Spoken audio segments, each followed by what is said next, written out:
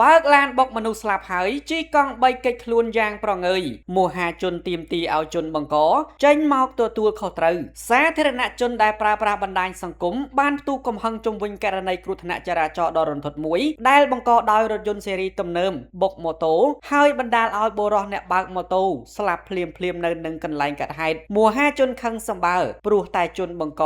ដែលជានារីវ័យក្មេងមិនខ្វល់សោះថាជនរងគ្រោះស្លាប់ឬរស់ហើយបែរជាចុចទូរស័ព្ទហៅកង់ 3G ចេញពីកន្លែងកើតហេតុធ្វើប្រងើយហេតុការណ៍នេះកើតឡើងនៅវេលាម៉ោង 11 កន្លះយប់ថ្ងៃទី28 ខែកក្កដានៅបណ្ដោយផ្លូវលេខ 1003 សង្កាត់ឈ្មួញខណ្ឌសែនសុខរាជធានីភ្នំពេញក្នុងคลิปវីដេអូនិងរូបថតនៅកន្លែងកើតហេតុរបស់បណ្ដាសារព័ត៌មាននានាបង្ហាញថានៅក្នុងរថយន្តបង្កហេតុគឺមាននារី2នាក់ដែលមានវ័យស្របើ20ជាងប៉ុណ្ណោះក្នុងវីដេអូមួយដែលត្រូវបានផ្សាយនៅលើបណ្ដាញសង្គមបង្ហាញថាក្រោយកើតហេតុស្ត្រីវ័យក្មេងទាំងពីរនាក់បានចេញពីរថយន្តបង្កហេតុហើយពួកគេបានហៅកង់ 3G គេចខ្លួនពីកន្លែងកើតហេតុយ៉ាងប្រងើយដោយមិនខ្វល់ទៅមើលសពជនរងគ្រោះដែលដេកស្លាប់កណ្ដាលថ្នល់បង្កឡើងដោយសារស្នាដៃខ្លួនឡើយរឹតតែគួរឲ្យអាសូរសម្ភារៈរបស់ជនរងគ្រោះមានជ្រុះរប៉ាត់រប៉ាយលើដងផ្លូវគេឃើញមានទឹកដោះគោកូនក្មេងដែលធ្វើឲ្យមហាជន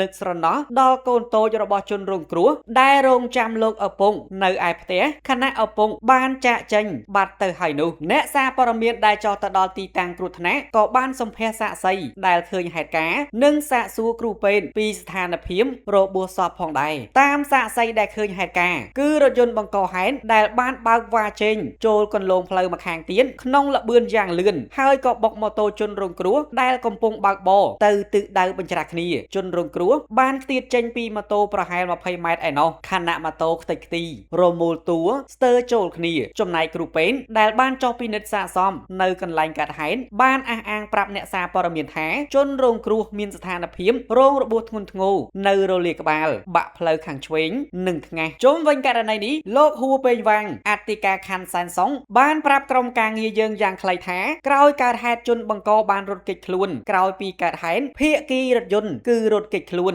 នេះជាការបញ្ជាក់របស់លោកហួរពេញវាំងដោយអធិការខណ្ឌសែនសុងរូបនេះបានជំរុញឲ្យសាកសួរបន្ថែមទៅអ្នកនាំពាក្យស្នងការនគរបាលរាជធានីភ្នំពេញព្រោះសំណុំរឿងគ្រោះថ្នាក់ចរាចរណ៍នេះត្រូវបានបញ្ជូនទៅការិយាល័យផ្លូវគោកនៃស្នងការនគរបាលរាជធានីភ្នំពេញរួចហើយចំណែកក្រសួងយុទ្ធភ័ពអះអាងថាជនបង្កហេតុនឹងមិនរួចខ្លួនឡើយលោកស្រីប៉ែនផលីកាអ្នកនាំពាក្យនិងជាប្រធាននាយកដ្ឋានកិច្ចការយុត្តិធម៌ព្រហ្មទណ្ឌនិងនគរបាលយុត្តិធម៌នៃក្រសួងយុត្តិធម៌បញ្ជាក់ប្រាប់ថាពាក់ព័ន្ធនឹងករណីនេះសមត្ថកិច្ចកំពុងពិនិត្យនិងស្រាវជ្រាវតាមនីតិវិធីច្បាប់ហើយអ្នកដែលប្រព្រឹត្តខុសនឹងត្រូវប្រឈមមុខទទួលខុសត្រូវតាមផ្លូវច្បាប់យ៉ាងណាមិញពាក់ព័ន្ធនឹងករណីខាងលើនេះលោកផែងវណ្ណៈបានអាប់ដេតព័ត៌មានចុងក្រោយដោយលោកផែងវណ្ណៈបានសរសេររៀបរាប់ថាពាក់ព័ន្ធនឹងករណីគ្រោះថ្នាក់ចរាចរណ៍ដែលបង្កឡើងដោយនាងសាមីជូបណ្ដាលឲ្យជនរងគ្រោះស្លាប់ម្នាក់នោះពេលនេះឪពុករបស់នាងបានចេញមុខដោះស្រាយសំណងដល់ក្រុមគ្រួសារជនរងគ្រោះហើយចំណែកនាង